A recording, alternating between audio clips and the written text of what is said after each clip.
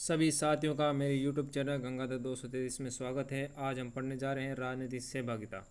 तो आज के जो लेसन में है हम पढ़ेंगे राजनीतिक सहभागिता का अर्थ, सहभागिता के स्वरूप और राजनीतिक सहभागिता का नागरिक चेतना के साथ संबंध और उसका अभिजातीय स्वरूप क्या है राजनीतिक सहभागिता का।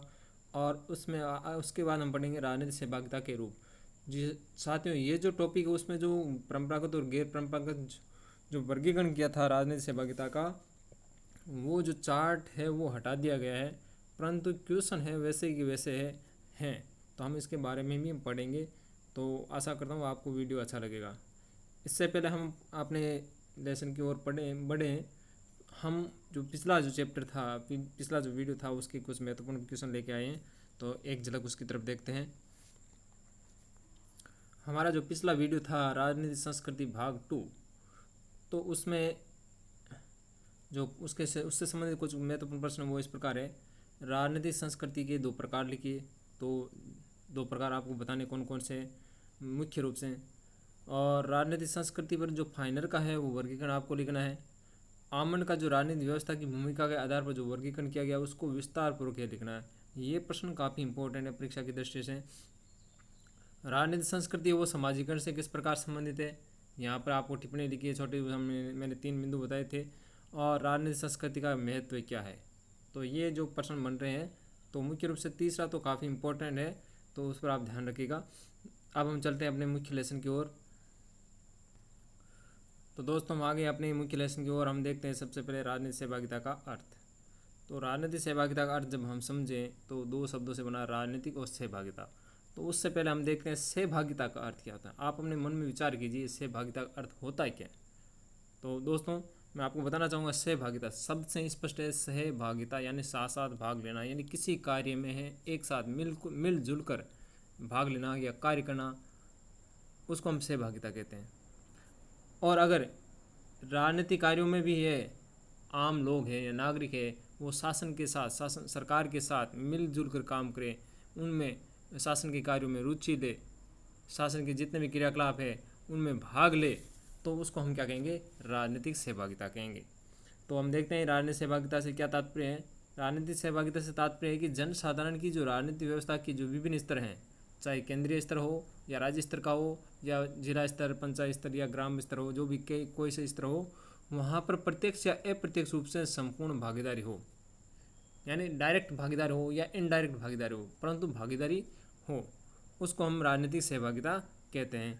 या हम कह सकते हैं कि शासन प्रणाली में लोगों की अधिक से अधिक भागीदारी ही राजनीतिक सहभागिता कहलाती है। यानी सरकार के साथ हमारी कितनी भागीदारी है, हम सरकार के कार्यों में कितने रुचि ले रहे हैं, शासन निर्माण में हम कितनी रुचि ले रहे हैं, हम मतदान में कितनी रुचि ले रहे हैं, या हम चुनाव लड़ने में कितनी रुचि ले रहे हैं, या राजनीतिक क्रियाकलाप है, रैलियाँ हैं या चुनावी सभा हैं या चुनावी कार्यक्रम में टीवी पर जो चुनावी जो डिबेट होती है उन पर हम कितना भाग लेते हैं, कितना इंटरेस्ट लेते हैं, उस पर अपनी क्या राय रखते हैं, वो सभी राजनीतिक सहभागिता के अंतर्गत ही आती है। अब हम देखते हैं आगे राजनीतिक सहभागिता के स्वरूप क्या है। तो 2 स्वरूप की बात की गई है। तो ये थोड़ा सा निरस टॉपिक है यहाँ पर, तो मैंने इसको स्किप किया है। वैसे परीक्षा की दृष्टि से ज़्यादा इम्पोर्टेंट नहीं है। तो अगर हम 2 स्वरूप की बात करें तो विकासपरक राजनीतिक सहभागिता और लोकतांत्रिक राजनीतिक सहभागिता है। ये 2 टॉपिक बन रहे हैं। अगला जो बन रहा है, जो महत्वपूर्ण जो टॉपिक है वो है राजनीतिक सहभागिता और नागरिक चेतना। कि राजनीतिक सहभागिता का नागरिक चेतना के साथ क्या संबंध है। इस लेसन में हम बात भी करेंगे कि कौन सा है टॉपिक यहाँ से सिलेबस के अंतर्गत हटाया गया है, तो आगे हम बात करेंगे। तो उससे पहले हम पढ़ते हैं राजनीतिक सहभागिता और नागरिक चेतना। तो जाहिर सी बात है, नागरिक चेतना का अर्थ क्या होता है। यहाँ हम देखें नागरिक चेतना, नागरिकों की चेतना यानी नागरिकों की समझ, यानी नागरिक है शासन प्रक्रिया में कितनी रुचि लेते हैं, या हम बात करते हैं उनका जो शैक्षिक स्तर है या उनकी विचारधारा पृष्ठभूमि है किस प्रकार की है, वो चेतना जिसको हम बुद्धि भी कह सकते हैं, तो वो कितने जागरूक हैं, हम ये जागरूकता भी कह सकते हैं। तो नागरिकों की जागरूकता कितनी है, तो जितनी ज़्यादा चेतना होगी या जितनी ज़्यादा जागरूकता होगी वो उतना ही राजनीतिक सहभागिता में भाग लेंगे। तो यहाँ देखें नागरिक चेतना से क्या आशय, नागरिक चेतना से आशय हमारा है कि नागरिकों का जो शैक्षिक स्तर है वो कैसा है, विचारधारा उनकी कैसी है, उनका पृष्ठभूमि कैसी है, यानी उनके जो माता पिता है या परिवार से संबंधित जो भी हैं परिवार में, वो राजनीति के प्रति क्या दृष्टिकोण रखते हैं। व्यक्ति का शैक्षिक स्तर बढ़ने से, यानी वो कितना पढ़ा लिखा है, अगर ज़्यादा पढ़ा लिखा है बढ़ने से उसमें नवीन चेतना का विकास होता है। हम जानते हैं शिक्षा है या पढ़ाई है वो व्यक्ति में चेतना का विकास करती है। तो ज़्यादा पढ़ेगा तो जितनी उतनी ज़्यादा चेतना का विकास होगा, राजनीति की समझ उसमें उतनी ज़्यादा आएगी, जिससे क्या होगा कि उस देश जिससे उसे क्या होगा, जिससे उसे देश और समाज के जो प्रति जो उसके कर्तव्य और उत्तरदायित्वों का है वो ज्ञान होगा। शिक्षा से हमें तो ये पता चलता है कि हमारे समाज के प्रति क्या कर्तव्य है या हमारे देश के प्रति क्या कर्तव्य है। इस बात का निर्धारण है, इस बात का अभिज्ञान है हमें शिक्षा से ही तो होता है। तो जिन देशों का जो साक्षरता स्तर है उच्च है, ज़्यादा है, वहाँ के नागरिकों की जो राजनीतिक सहभागिता का स्तर भी उतना ही अधिक व्यापक है। हम बात करते हैं नॉर्वे है, स्विट्ज़रलैंड है, ये थाईलैंड है, तो उन देशों का है जो शैक्षिक स्तर है वो काफ़ी ऊंचा है। इंग्लैंड है, अमेरिका है, तो शैक्षिक स्तर ऊंचा होने के कारण वो लोग हैं राजनीतिक सहभागिता में यानी राजनीतिक क्रियाकलापों में भी बहुत ज़्यादा रुचि लेते हैं। तो हम कह सकते हैं कि नागरिकों की जो शिक्षा के स्तर, साक्षरता के स्तर ज़्यादा ऊंचा है, तो वहाँ की सहभागिता के स्तर भी उतना ही अधिक व्यापक होगा। और अगर हम बात करें एक दूसरा बिंदु लेकर चलें कि छोटे अगर देश हैं, जिन जिन देशों का आकार या क्षेत्रफल छोटा है, वहाँ के नागरिकों का वहाँ के जनप्रतिनिधियों से सीधा संपर्क रहता है। यानी एक बात करें प्रत्यक्ष लोकतंत्र जैसी व्यवस्था रहती है। जैसे स्विट्ज़रलैंड है, काफ़ी छोटा देश है, हमारा राजस्थान से भी छोटा है क्षेत्रफल में और जनसंख्या में भी, तो वहाँ के लोग डायरेक्ट शासन में इन्वॉल्वमेंट होते हैं। प्रत्यक्ष लोकतंत्र की स्थापना है वहाँ पर, आगे हम पढ़ेंगे इसी चैप्टर में। तो देश का आकार छोटा है, जनसंख्या छोटी है, तो वहाँ के नागरिक हैं वो सीधे ही जनप्रतिनिधि से मिल जाते हैं और उनके पास समय भी मिल जाता है। परंतु अगर हम बात करें कि जहाँ क्षेत्रफल ज़्यादा है और जनसंख्या भी ज़्यादा है, तो वहाँ के जनप्रतिनिधियों से सभी नागरिकों का है वो मुलाकात नहीं हो पाती। हम कई बार मिलने जाते हैं, वो मिल नहीं पाते हैं, या हमें जो टाइम दिया होता है उसके दौरान मुलाकात नहीं हो पाती है क्योंकि भीड़ काफ़ी रहती है। तो जो जनप्रतिनिधि है और नागरिकों के बीच में जो सीधा मिलाप भी नहीं हो पाता है।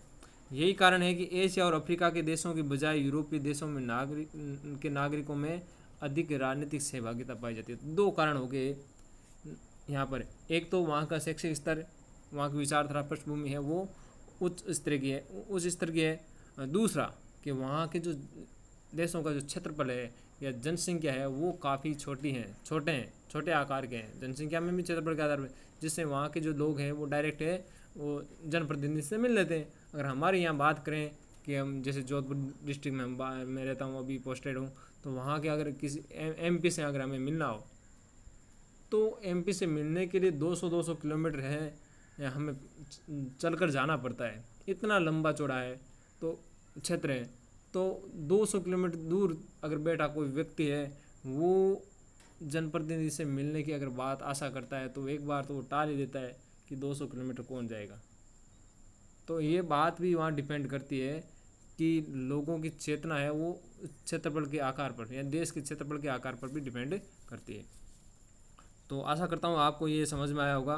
तो सीधी सी बात आपने को यही ध्यान रखनी है कि नागरिक चेतना राजनीतिक सहभागिता से कैसे संबंधित है कि लोगों में अगर नागरिकों में नागरिक चेतना ज़्यादा होगी, शिक्षा का स्तर ज़्यादा है, उनका विचारधारा पृष्ठभूमि अगर उच्च स्तर की है, तो वो राजनीतिक क्षेत्र में उतने ही या राजनीतिक क्रियाकलापों में उतने ही अधिक भागीदारी निभाएंगे। आगे हम देखते हैं राजनीतिक सहभागिता का अभिजातीय स्वरूप है। तो हम देखें अभिजातीय स्वरूप क्या है। तो अभिजातीय वर्ग से आशय क्या, हमने पिछले पार्ट में जो शक्ति वाला पार्ट था उसमें हमने पढ़ा था अभिजन वर्ग। तो अभिजन वर्ग कह दो या अभिजातीय वर्ग कह दो, एक ही बात है। तो उसमें कौन आते हैं, नौकरशाह, जो बड़े IAS RS अफसर होते हैं वो आते हैं। टेक्नोक्रेट यानी जो टेक्नोलॉजी संबंधित व्यक्ति होते हैं वो बड़े उद्योगपति हैं, वकील हैं या डॉक्टर हैं या प्रोफेसर हैं, ये सभी है इसे अभिजातीय वर्ग में आते हैं। हमने पढ़ा था जो शक्ति का वर्ग प्रभुत्व का सिद्धांत पढ़ा था, उसमें अभिजन लोगों का जो प्रभुत्व था उसके बारे में पढ़ा था। वो आपको यहाँ ध्यान रखना है, थोड़ा सा दिमाग में रखो, वो काफ़ी अच्छा समझ में आएगा। तो राजनीतिक सहभागिता के अभिजातीय स्वरूप का आशय है कि शासन की सत्ता की भागीदारी में अभिजन वर्ग का ही प्रभुत्व है, यानी जो अभिजन लोग हैं, यानी ये जो हमने यहाँ जो बात उदाहरण देखे हैं, इन लोगों का ही शासन की सत्ता में भागीदारी ज़्यादा है, अन्यों की भागीदारी बहुत ही कम है। जो आम जनता है, या जिसको हम राजनीतिक संस्कृति में हमने पढ़ा था जन संस्कृति, अभिजन संस्कृति, तो जन साधारण है वो, उनकी सहभागिता बहुत कम है, और जो अभिजन लोग हैं उनकी सहभागिता है वो राजनीति में बहुत ज़्यादा है। कैसे हम देखते हैं, सर्वप्रथम जनता की सहभागिता की बात करें तो जनता की सहभागिता केवल इतनी है कि वो मात्र जनप्रतिनिधि चुने। 5 साल बाद में हम क्या करते हैं, अपने जनप्रतिनिधि चुनते हैं, तो हमारी सहभागिता इतनी रहती है। उसके बाद में हम भूल जाते हैं कि सरकार, हमारा जनप्रतिनिधि क्या कर रहा है, हमारे प्रति, हमारे लिए कोई विकास कार्य कर रहा है या नहीं कर रहा है, हमारे लिए कोई प्रयास कर रहा है या नहीं कर रहा, तो वो हम भूल जाते हैं। हम यही देखते हैं कि 5 साल हमने वोट दिया, जीत गया, तो काम नहीं कर रहा है, अगली बार हम वोट नहीं देंगे। तो हमारी सहभागिता मात्र इतनी है, हम ज़्यादा इन्वॉल्वमेंट हमारी जनता की नहीं है। आगे हम बात करें जनप्रतिनिधियों की, तो जनप्रतिनिधियों की राजनीतिक सहभागिता की बात करें तो वे केवल संख्या बल के आधार पर केवल सरकार निर्माण तक ही सीमित हैं। जो भी जनप्रतिनिधि चुनेंगे वो उसका काम क्या होगा, सरकार का निर्माण करना। जबकि जो सत्ता की जो वास्तविक चाबी है, या सत्ता की जो वास्तविक बात करें शक्ति है, वो किनके पास होती है। सत्ता की जो वास्तविक जो शक्ति है वो पार्टी के जो चंद सक्रिय और अग्रिम पंक्ति के जो व्यावसायिक नेता हैं, प्रोफेशनल नेता हैं, जो काफ़ी वर्षों से हैं, सक्रिय रहते हैं, एक्टिव रहते हैं, और अग्रिम पंक्ति के नेता हैं, वो ही उन्हीं के पास में सीमित हो जाती है। और वो किस रूप में होते हैं, वो या तो मंत्री के रूप में होते हैं या प्रधानमंत्री, मुख्यमंत्री बन जाते हैं। तो सत्ता की बागडोर उन्हीं के पास रहती है। अगर हम बात करें कि एमएलए की बात करें, विधायक महोदय की बात करें, तो एक आम समय में हम जाते हैं उनके पास में कि साहब, एमएलए साहब हमारा ट्रांसफ़र करवाना है, तो एमएलए साहब कहेंगे साहब अभी तो ट्रांसफ़र खुले नहीं है, मंत्री जी से बात करेंगे। शासन में वो भाग दे रहे हैं, सरकार बनाने में एमएलए साहब का भी उतना ही योगदान है जितना कि मंत्री जी का। फिर भी जब वो बात आती है कार्य करवाने की, तो सीधा वो काम किनके पास जाना पड़ता है, कि मंत्री जी के पास जाना पड़ेगा। मंत्री जी ट्रांसफ़र खोलेंगे तभी ट्रांसफ़र होगा, अन्यथा ट्रांसफ़र नहीं होगा। तो इस प्रकार हम देखते हैं कि जो सत्ता की जो वास्तविक जो शक्ति है वो पार्टी के चंद नेताओं के पास में रह जाती है। अब मंत्रियों की सहभागिता की बात करें तो मंत्रियों की सहभागिता क्या है, तो मंत्री हैं, जितने भी बड़े बड़े मंत्री हैं, तो वो हम जानते हैं कि वो राजनीतिक क्षेत्र में बड़े एक्टिव हैं, बड़े अच्छे भाषण देते होंगे, परंतु वो न तो आर्थिक क्षेत्र के जानकार होते हैं, नहीं वैज्ञानिक क्षेत्र में जानकार होते हैं, या तकनीकी मामलों में जानकार होते हैं। तो न तो आर्थिक, वैज्ञानिक और तकनीकी मामले या अन्य जो भी मामले हैं वो उनमें विशेषज्ञ नहीं होते हैं, इस कारण वो क्या करते हैं, केवल सतही काम करते हैं, केवल डिसीजन लेते हैं, बाकी सारा काम है वो उन्हीं लोगों को करना पड़ता है। तो इस प्रकार हम कह सकते हैं कि जो सत्ता की जो वास्तविक भागीदारी है वो किसके पास होगी, जो विशेषज्ञ लोग हैं। और विशेषज्ञ लोग कौन होते हैं, जो ब्यूरोक्रेट्स हैं, ब्यूरोक्रेट्स जिसको हम कह सकते हैं नौकरशाह, यानी IAS RS अफसर्स हैं वो है, या टेक्नोक्रेट है जो टेक्नोलॉजी से संबंधित होते हैं, या अर्थशास्त्री हैं, या वैज्ञानिक लोग हैं। तो या शिक्षा की बात करें तो प्रोफेसर्स हैं, या डॉक्टर्स क्षेत्र की बात करें वकीलों के समूह हैं, या डॉक्टर्स, अगर हम चिकित्सा क्षेत्र की बात करें तो डॉक्टर्स हैं, और कानून के क्षेत्र की बात करें तो वकील वगैरह हैं। तो ये जो लोग हैं अपने अपने क्षेत्रों के बड़े ही व्यवसाय के विशेषज्ञ होते हैं। तो अंत में सरकार को उन्हीं के पास जाना पड़ता है। सबसे पहले तो सरकार अपने ब्यूरोक्रेट के पास जाएगी, अपने जो नौकरशाह उनके पास जाएगी। तो नौकरशाह वो भी अपने क्षेत्र के विशेषज्ञ होते हैं, अगर उनसे काम बन जाता है तो ठीक है, और उनसे काम नहीं बनता है तो फिर सरकार है जो प्राइवेट जो विशेषज्ञ होते हैं अपने क्षेत्र में, उनसे फिर संपर्क करती है। तो इस प्रकार हम कह सकते हैं कि अंतिम रूप से जो सत्ता में जो भागीदारी है उसमें प्रभुत्व किसका है, अभिजातीय वर्ग का ही है। तो इस प्रकार स्पष्ट है कि आधुनिक जो लोकतांत्रिक शासन प्रणाली है उसमें जनसाधारण की सहभागिता अत्यंत सीमित है, जबकि अभिजन वर्ग का जो राजनीति में सहभागिता में है वो पूर्णतः बोला बाला है, यानी अभिजन वर्ग ही राजनीतिक सहभागिता में 95% तक इन्वॉल्वमेंट है। आगे देखते हैं राजनीतिक सहभागिता के स्वरूप। तो राजनीतिक सहभागिता के स्वरूप में हम देखें, सबसे पहले आता है सामुदायिक गतिविधि। तो इसके अंतर्गत समुदाय के सदस्य किसी सामूहिक उद्देश्य की पूर्ति के लिए मिलकर काम करते हैं। कि हमारा कोई समुदाय है, जैसे हम कह सकते हैं हमारा जाट समुदाय है, या हमारा विष्णु समुदाय है, या राजपूत समुदाय है, ब्राह्मण समुदाय है। तो सभी तरह के जो समुदाय हैं उसके जो सदस्य होते हैं वो आपस में क्या करते हैं, मिलकर काम करते हैं। किसी भी समुदाय को ले लो, वो उस समुदाय के हित संबंधी कोई बात आएगी तो वो सभी क्या करेंगे, मिलकर काम करेंगे। तो उसको हम कहेंगे सामुदायिक गतिविधि कहते हैं। तो इस गतिविधि में क्या होता है, जैसे कोई विरोध प्रदर्शन करना हो तो एक अकेला व्यक्ति कोई विरोध प्रदर्शन नहीं कर सकता, उसके लिए समूह होना जरूरी है। जुलूस निकालना है, हड़ताल करना है या धरना प्रदर्शन करना है, उसके लिए समूह की आवश्यकता होती है। और जो समूह में रहकर ये गतिविधि करते हैं उसको हम क्या कहेंगे, सामुदायिक गतिविधि। दूसरा जो राजनीतिक सहभागिता का जो स्वरूप है वो है सरकार और नागरिकों के बीच में परस्पर क्रिया। सरकार और नागरिकों के बीच में परस्पर क्रिया, तो ये एक दो तरफा गतिविधि है जिसमें एक पक्ष क्रिया करता है तो दूसरा पक्ष उसका प्रत्युत्तर करता है।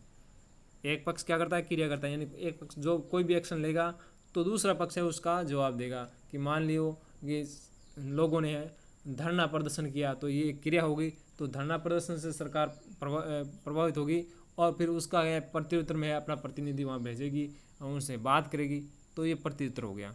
तो यहाँ दोनों दो तरफा है, यानी कोई भी पक्ष है वो प्रक्रिया स्टार्ट कर सकता है। ऐसा नहीं है कि केवल नागरिक ही पहल करे, सरकार नहीं करे, सरकार पहल नहीं कर सकती। तो इस प्रकार जो राजनीतिक सहभागिता उसमें नागरिक भी पहल कर सकते हैं और सरकार भी पहल कर सकती है। पहल दोनों तरफ से हो सकती है। अगर नागरिकों को पता पहले चल जाए कि सरकार इस मामले में काम नहीं कर रही है तो वो विरोध प्रदर्शन करके या डिमांड मांग करके वो पहल कर सकते हैं, सरकार से मिलकर बात कर सकते हैं, विरोध प्रदर्शन कर सकते हैं, अपना डेलीगेट्स भेजकर भी बात कर सकते हैं। अगर सरकार को अगर पहले मालूम चल जाए कि इस मामले पर है आगे गतिरोध होने की संभावना है इससे आगे अगर कोई अव्यवस्था हो उससे पहले हम कोई ना कोई इस कानून के द्वारा, विधेयक के द्वारा या अन्य तरीके के द्वारा उसको सुलझा लें, तो सरकार खुद पहल करके भी है उसको हल कर सकती है। तो इस प्रकार हम देख सकते हैं जो राजनीतिक सहभागिता है वो दो प्रकार के स्वरूप हैं, वो दो तरह के हो सकते हैं। कि एक तो सामूहिक गतिविधि जिसमें बहुत सारे लोग मिलकर है वो भाग लेते हैं, और दूसरी है कि सरकार और नागरिकों के बीच में जो परस्पर क्रिया है, तो ये दो तरफा है। अब आगे हम देखते हैं राजनीतिक सहभागिता के जो विविध स्वरूप है। तो ये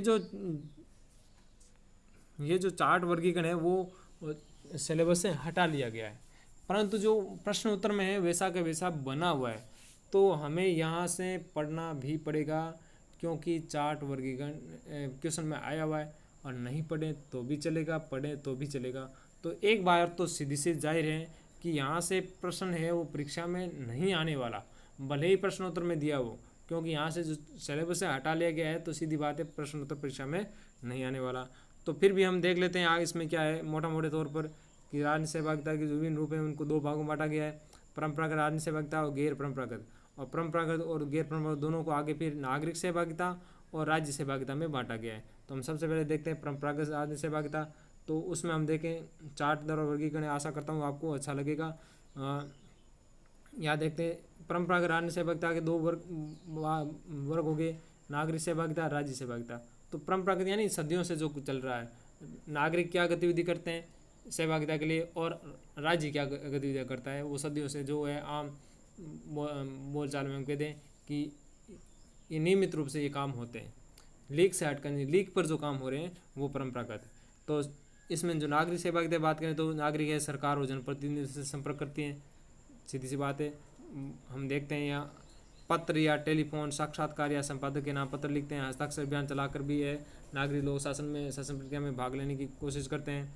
दबाव समूह की गतिविधियों के द्वारा अपने काम बनाने की बात करते हैं या कार्य करते हैं। राजनीतिक प्रचार अभियान में भाग लेते हैं, जो राजनीतिक पार्टियों जो प्रचार अभियान चलते हैं उनमें वो भाग लेते हैं। सार्वजनिक पद के लिए वो चुनाव लड़ते हैं या किसी प्रस्ताव को आरंभ कर सकते हैं, जिसको आरंभ कहते हैं। स्विट्जरलैंड में ये चलता है। प्रत्यावाहन यानी किसी नागरिक को वापस, किसी जनप्रतिनिधि, चुने हुए जनप्रतिनिधि को वापस बुलाना, ये नागरिक सहभागिता, ये सदियों से ये चलते आ रहे हैं। इसके अलावा हम बात करें कि राज्य सहभागिता यानी राज्य सदियों से क्या काम करता रहा है लोगों की सहभागिता प्राप्त करने के लिए, कि चुनावों का आयोजन करना। तो हर 5 साल बाद में या सरकार जैसे विघटित हो या संस्था जैसे विघटित हो तो चुनाव करवाया जाता है। सार्वजनिक सुनवाई की जाती है। इसके तहत सरकार में जो शामिल है, चाहे प्रधानमंत्री हो, मुख्यमंत्री हो, या मंत्री हो, या अफसर हो, वो या जनप्रतिनिधि हो, वो सभी क्या करते हैं, दरबार लगा कर जनता की सुनवाई करते हैं। सलाहकार परिषदों का गठन किया जाता है। परिपरीक्षा मतलब जनता की राय ली जाती है। तो ये बातें सरकार के द्वारा की जाती हैं। अब आता है गैर परंपरागत मतलब जो लीक से हट कर है, यानी जो नए तरीके हैं उनके द्वारा, जिसको हम कुछ अवैध भी हो सकते हैं और कुछ वैध भी हो सकते हैं। तो गैर परंपरागत में देखें तो लीक से हटकर जनता है कैसे सहभागिता करती है। जैसे पहला दे रखा है नागरिक सहभागिता। यहाँ भी दो रूप है, नागरिक सहभागिता, राज्य सहभागिता। तो नागरिक क्या करते हैं लीक से हटकर कि विरोध प्रदर्शन करते हैं, हड़ताल करते हैं, जुलूस करते हैं, धरना बंद प्रदर्शन का आयोजन करते हैं, तोड़फाड़ करते हैं, सविनय अवज्ञा करते हैं, यानी कानून की अवहेलना कर देते हैं, राजनीतिक हिंसा पर उतारू हो जाते हैं। जैसे अभी हम बात करें पश्चिम बंगाल में जो लोकसभा के चुनाव हुए थे, उस दौरान राजनीतिक हिंसा है काफ़ी हद तक, काफ़ी ज़्यादा स्तर तक बढ़ी थी। आगे हम देखते हैं राज्य क्या करता है। तो राज्य कई प्रकार के राष्ट्रीय पर्वों और उत्सवों का आयोजन करता है। 15 अगस्त 26 जनवरी दो तो उत्सव राष्ट्रीय पर्व मनाते हैं। उसके अलावा भी बहुत सारे अन्य उत्सवों और पर्वों का आयोजन किया जाता है, जिसमें ज़्यादा से ज़्यादा लोग भाग लेते हैं। तो लोग भाग लेंगे तो सीधी सी बात है उनकी सहभागिता प्राप्त होगी। विभिन्न अभियान चलाते हैं, जैसे टीकाकरण है, साक्षरता अभियान है, वृक्षारोपण है। हम देखते हैं अभी रूबेला टीकाकरण है वो चल रहा है। तो वो एक टीकाकरण अभियान है, उसमें सरकार है लोगों की सहभागिता ले रही है। सार्वजनिक दौड़ या मानव श्रृंखला का आयोजन हमने देखा था पिछले साल है, यहाँ से जो पाकिस्तान बॉर्डर पर है वहाँ पर मानव श्रृंखला का आयोजन किया गया था। तो यह सार्वजनिक दौड़ है, कई बार दौड़ प्रतियोगिता करवाई जाती है। विभिन्न प्रकार की प्रतियोगिता परीक्षाएं आयोजन करना, जैसे प्रश्नोत्तरी परीक्षाएं या निबंध परीक्षाएं या वाद विवाद परीक्षाएं हैं या चित्रकला है आदि। ये जो सारी ये परीक्षाएं हैं प्रतियोगिता करवा कर भी लोगों से है राज्य राजनीति सहभागिता प्राप्त करने की कोशिश करता है। आशा करता हूँ कि आपको ये वीडियो अच्छा लगा होगा। कृपया वीडियो को लाइक करें, शेयर करें, सब्सक्राइब करें। धन्यवाद। जय हिंद, जय भारत।